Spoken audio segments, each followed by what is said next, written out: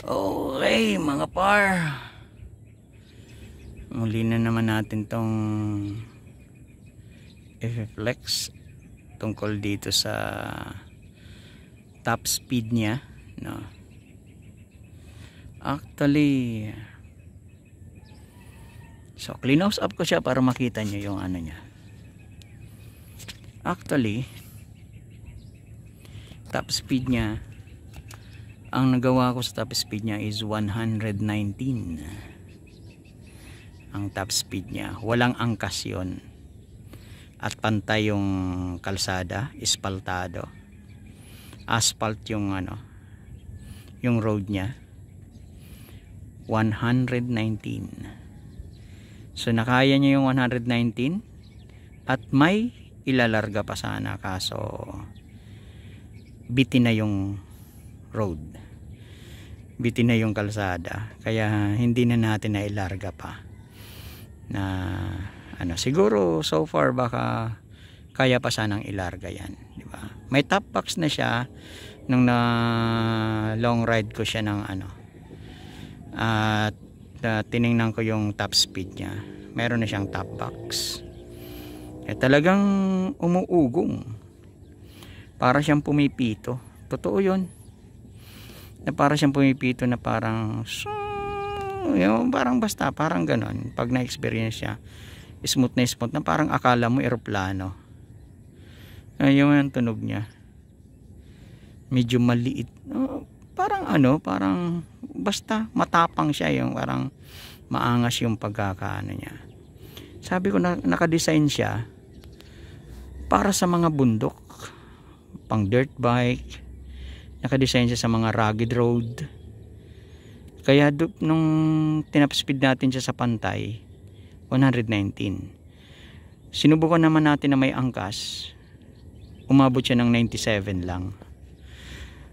Pero kaya pa naman ilarga, bitin lang sa ano, bitin lang sa kalsada. Pero kung siguro mahaba-haba pa yung ano, mahaba-haba pa yung kalsada, baka naisagad natin, di ba? So medyo bitin lang mga par, kaya hanggang sa 97 yung pinaka top speed niya na may angkas. Pag walang angkas is 119 sa akin yon. Hindi ko alam sa ibang mga motor kung umaabot na isasagad talaga nila. Pero so far, sabi sa akin dun sa kasa, 123 kaya, no? 123 yun ang pinaka top speed niya. Sabi ko wow, napawaw lang ako. Ang bilis na nga ng 119 sa 100 nga, ang bilis na di ba? Ayun, sinubo ko lang kasi nga gusto ko lang makita yung top speed niya. At yun, nakita natin top speed niya na ganun, 119. So hindi na tayo lugi doon, di ba? So ikukumpara naman natin sa mga 160cc, syempre may iwan to. Actually hindi naman kasi siya dinesign sa pangkarera i-design siya sa mga rugged road, di ba? Sa mga drift na ano, na mga daan na may paakyat, may pasigsag, tapos mabato, mabuhangin, lupa, yung mga uneven na daan. Doon siya design, doon siya matibay, diba? At hindi siya pang racing na ano, diba?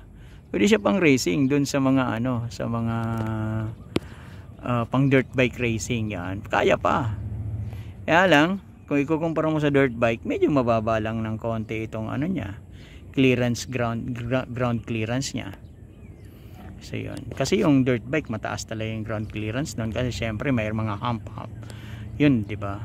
Yun, hindi naman natin pwedeng ano yun, isabak sa ganun doon. Pwede rin siguro, pero syempre hindi siya ganun katibay. Pero so far sa mga rugged road, sa mga uneven road, ay subok na natin siya, na talagang wala kang magiging problema. Beside medyo mataas ang ground clearance niya kumpara sa ibang motor siklo na katulad nito, di ba? Kaya wala siya maging problema. Yung hindi mo naman siya ma-rate doon sa top speed doon kasi nga uneven, di ba? Uneven road. Sa kalsada, sa ganitong klaseng road, pantay yun. Na-testing natin. Since na ang design niya ay para pang dirt bike, mini dirt bike, at ulay yan, di ba? Hindi siya ano ng mga putik, di ba? Ayan. At kaya rin siguro maliit yung gulong niya para dun sa mga putik, pero pwede naman natin palitan yan ng medyo malaki-laking gulong, mga 300 by 17, kasi ito 250 by 17, di ba? So ito gawin natin 275 by 17, tapos yung nasa ulian 300 by 17, pwede naman para at least kahit angkasan siya ng tatlo, kakayanin, o, di ba? O kaya kargahan mo ng mabibigat, sako ng bigas, palay, pwede. Nyog, pwede. And hindi, matibay yung ano niya, matibay itong motor na to. Nakita ko to minsan, may nag-ano sa Mindanao, na talagang kargado siya, no? Kargado siya. Kasi nga XRM eh. So nandun yung tiwala nila sa XRM sa Honda. So okay guys, siguro mga far ay nasagot kong muli yung mga ano, kung ilan na yung top speed nito. Nasagot ko muli yung mga katanungan natin sa mga comments natin. So actually nagbabasa talaga ako ng mga comments. Maraming salamat mga far sa mga nagko-comments, sa mga nagla-like at nagsishare nitong video na to. So i-share natin para at least marami ring makaalam, kasi ang inaano ko rito yung totoo lang, based on my experience dito sa motor na to. Kung talagang may mali rin. Mayroon ako ritong inano rin talagang medyo hindi ko rin nagustuhan. So makikita ninyo sa mga vlog ko, sa mga post ko, yung mga hindi ko nagustuhan dito. So far, ito naman yung karakteristik naman yung sinasabi natin ngayon.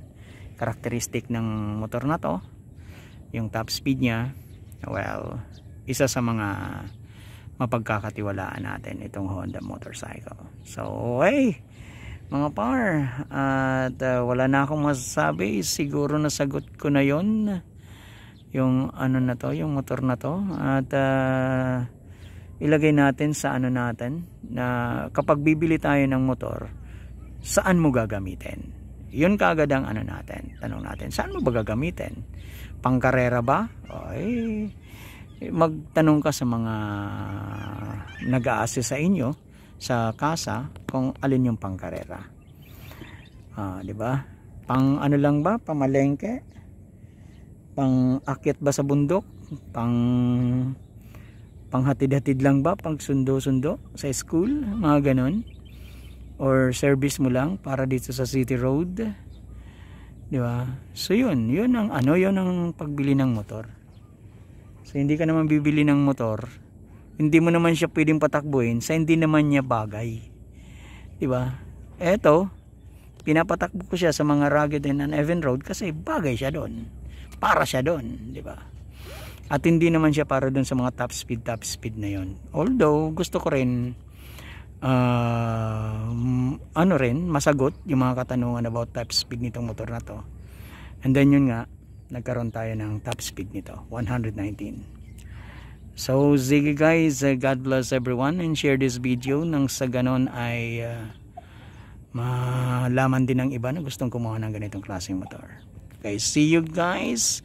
Please don't forget to subscribe, like, comment, to press the notification button nang sa gayon ma-update kayo sa aking mga post regarding this motorcycle.